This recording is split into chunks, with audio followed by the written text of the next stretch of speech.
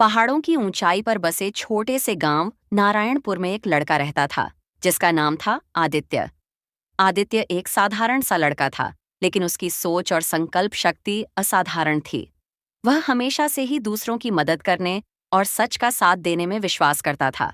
गांव के पास एक घना जंगल था जिसे काली घाटी के नाम से जाना जाता था।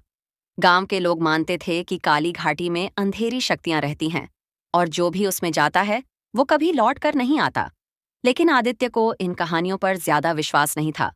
उसे लगता था कि डर के कारण ही लोग उस जगह से दूर रहते हैं और वहां जाकर सच का पता लगाने का विचार उसके मन में आता था। एक दिन गांव में एक विचित्र घटना घटी। गांव के मुखिया का बेटा अर्जुन, जो जंगल में लकड़ी काटने गया था, वापस नहीं आया। अर्जुन का परिवार बहुत दुखी था और गांव वाले भी चिंतित थे। आदित्य को इस बात का बहुत दुख हुआ। उसने ठान लिया कि वह अर्जुन को ढूंढने के लिए काली घाटी जाएगा, चाहे कुछ भी हो जाए। आदित्य की माँ को जब उसके इस फैसले के बारे में पता चला तो वह डर गईं। उन्होंने उसे मना किया और कहा, बेटा, वहां मत जा। लोग कहते हैं कि वहां जाने वाले वापस नहीं लौटते। अर्जुन भी उसी जंगल में गया था और अब तक वापस नहीं आया। लेकिन आदित्य ने अपनी माँ को समझाया, माँ, हमें डर से जीतना होगा। अगर मैंने आज डर के कारण अर्जुन को अकेला छोड़ दिया तो मैं जीवन भर पछताऊंगा। अगर मुझे सच में कोई विपत्ति आती है तो मैं भगवान पर भरोसा रखूंगा। आदित्य की आंखों में सच्चाई और साहस देखकर उसकी माँ ने उसे आशीर्वाद दिया और उसे जाने दिया। आदित्य ने अपनी यात्रा की तैयारी की। उसने एक टॉर्च, खाने का कुछ सामान और अपनी नन्ही सी तलवार ली, जो उसके दादाजी ने उसे उपहार में दी थी। सूरज ढलते ही वह जंगल की ओर निकल पड़ा। जैसे ही वह जंगल के भीतर गया, उसे वहां का माहौल अजीब सा महसूस हुआ। चारों ओर सिर्फ अंधेरा और रहस्यमयी सन्नाटा था। जंगल में कुछ दूर जाने के बाद उसे एक बूढ़ी महिला मिली, जो एक पेड़ के पास बैठी थी। उसके चेहरे पर कई झुर्रियां थीं और आंखों में अजीब सी चमक थी। आदित्य को देखकर वह बोली, बेटा, तुम इस जंगल में क्या कर रहे हो? क्या तुम नहीं जानते कि यहाँ खतरा है? आदित्य ने विनम्रता से जवाब दिया, माँ जी, मैं अपने दोस्त अर्जुन को ढूंढने आया हूँ। वह इसी जंगल में कहीं खो गया है और मैं उसे अकेला नहीं छोड़ सकता। बूढ़ी महिला मुस्कुराई और बोली, बहुत बहादुर हो तुम, लेकिन याद रखना, यहाँ तुम्हारा धैर्य और सच्चाई ही तुम्हारी मदद करेगी। अगर तुम सच्चे हो तो जंगल के प्राणी भी तुम्हारा साथ देंगे। आदित्य ने बूढ़ी महिला के शब्दों को ध्यान में रखा और आगे बढ़ गया।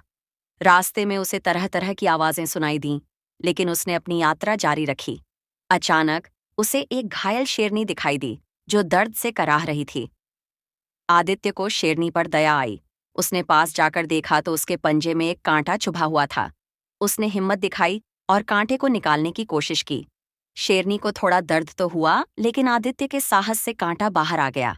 शेरनी ने अपने आंसुओं के साथ उसकी ओर आभार प्रकट किया और शांत होकर जंगल में चली गई।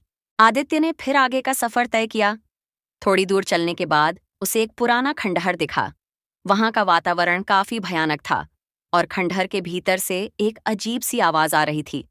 आदित्य ने सोचा कि शायद अर्जुन यहीं पर हो सकता है। वह धीरे धीरे खंडहर के अंदर गया।